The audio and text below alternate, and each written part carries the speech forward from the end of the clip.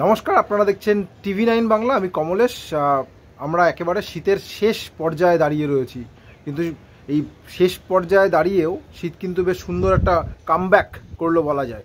মানে ঘুরে দাঁড়ালো শীত, এবং ঘুরে দাঁড়ানোটা বেশ জোরদার।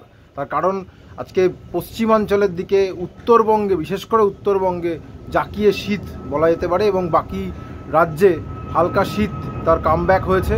এর একমাত্র কারণ যেটা বলা যায়, সেটা কিন্তু শীতের সামনে এই মুহূর্তে কোনো বাধা নেই।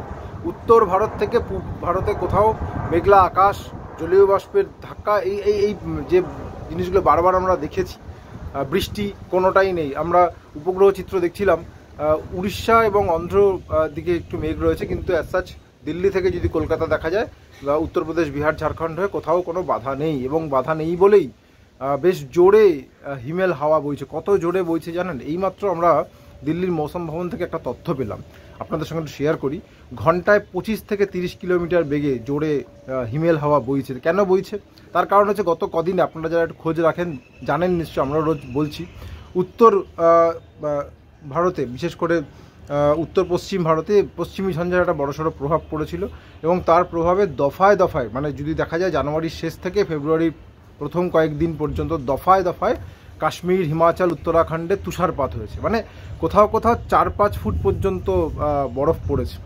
এবং সেই তুষারপাতের পর পশ্চিমী ঝঞ্ঝা সরে গেছে। এই মুহূর্তে যেটা বললাম, যে যেহেতু কোনো বাধা নেই, সেই তুষার ছোঁয়া হিমেল বাতাস উত্তর ভারতের সমতল হয়ে সোজা পূর্ব ভারতের দিকে পাড়ি দিচ্ছে। এবং সেই কারণে আবহাওয়াবিদরা বলছেন, আজকে যেহেতু কোনো বাধা নেই এবং বায়ুপ্রবাহ একেবারে অনুকূল হিমেল হাওয়ার জন্য, তার জন্যই ঘন্টায় 25 থেকে 30 কিলোমিটার বেগে হিমেল হাওয়া বইছে একেবারে উত্তর ভারত, উত্তরপ্রদেশ, বিহার, ঝাড়খণ্ড হয়ে আমাদের পশ্চিমবঙ্গ বেশ কিছু জায়গায় এই হাওয়াটা ফিল করা যাবে আজকে সারাদিন।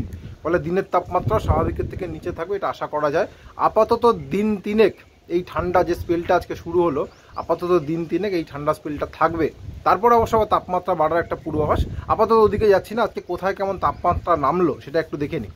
আজকে সবথেকে বেশি ঠান্ডা যেটুকু যা পেয়েছি এখনো পর্যন্ত, কোচবিহারে 7.2 ডিগ্রিতে নেমেছে তাপমাত্রা, জলপাইগুড়িতে 9.4, শিলিগুড়ি 9.8। এটা উত্তরবঙ্গ বললাম। দক্ষিণবঙ্গে একটু দেখি, পুরুলিয়া 11.1, শ্রীনিকেতন বীরভূমে 11.4, বাঁকুড়া 13.3, 13.3 ডিগ্রি সেলসিয়াস। কলকাতাতে তাপমাত্রা গতকাল 20 ডিগ্রির ওপরে ছিল, আজকে সেটা কমে 16.7 ডিগ্রিতে নেমেছে, অর্থাৎ একদিনে প্রায় 3 ডিগ্রি তাপমাত্রা কমেছে।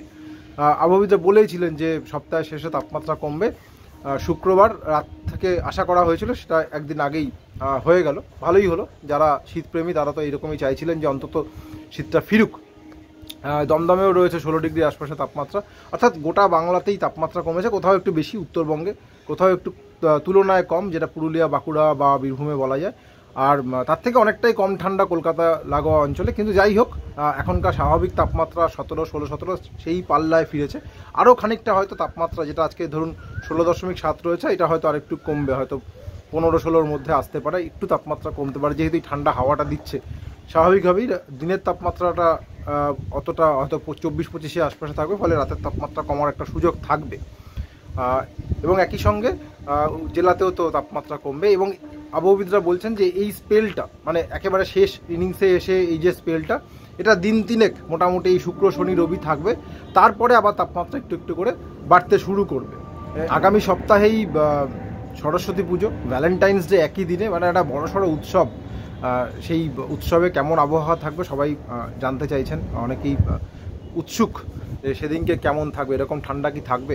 মনে হচ্ছে না এখনও পর্যন্ত যা পূর্বাভাস, তাতে সরস্বতী পুজোর দিন খুব একটা ঠান্ডা থাকার আশা কম। তার তাপমাত্রাটা অনেকটাই বেড়ে যেতে পারে। ফলে যারা যেভাবে প্ল্যান করতে পারেন যে ওই শাড়ি পরে বেরোতে গেলে ঠান্ডা লাগবে, এই ভয়টা বোধহয় থাকছে না। এইটুকুই আপাতত। সঙ্গে থাকার জন্য অনেক ধন্যবাদ। পরবর্তী আপডেট খুব তাড়াতাড়ি, কাল সকালে।